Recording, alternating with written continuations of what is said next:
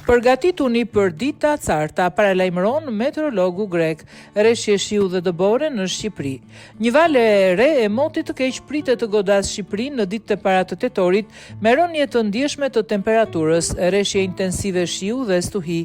Lajmin e bën të ditur meteorologu i njohur grek dhe njëkohësisht eurodeputeti i Pasokut Sakis Arnautoglu, i cili shpesh paralajmëron për fenomenet e rrezikshme kohore që prekin vendin ton.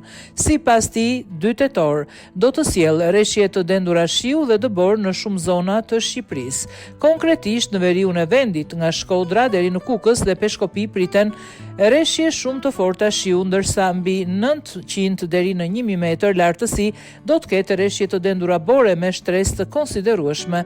Në zonat qendrore si Dibra, Bureli dhe Elbasani rreshjet do të jenë po ashtu të bollshme, ndërsa në malet, Korab dhe Shebenik, dëbora do të nisë mbi 1000 metra me intensitet në lartësi më të mëdha, thekson meteorologu grek. Po ashtu në juglindje në Gramsh dhe Korç dhe rreth maleve Morav dhe Gramoz parashikojnë rreshje të dendura shiu dhe dëbor mbi 1200 metra, ndërsa në jug, në Gjirokastër, Tepelen dhe Përmet do të ketë kryesisht rreshje shiu, ndërsa nuk përjashtohen rreshje bore në zonat mbi 1200-1300 metër.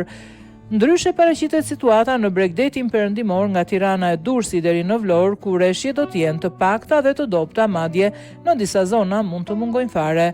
Moti i keq do të shkaktojë probleme në lëvizjen e automjeteve në disa akse malore. Zinxhir do të jenë të nevojshëm në rrugën Shkodër-Kukës në segmentin malor Burel-Peshkopi mbi 900-1000 metra, në rrugën Elbasan-Librazh drejt kufirit me Maqedoninë e Veriut mbi 1000 metra, si dhe në disa kalime malore drejt Korçës dhe rreth Gjirokastrës e Përmetit në 1300-1400 metra. Era do të frytejnte në mbrëmje përgjatë vijës bregdetare nga Vlora deri në Shkodër me shpejtësi 60-80 km/h, që korespondojnë me forcën 8 ball të shkallës Buford, ndërsa në brendësi të vendit, era nuk pritet të kalojë forcën 5-6 Buford.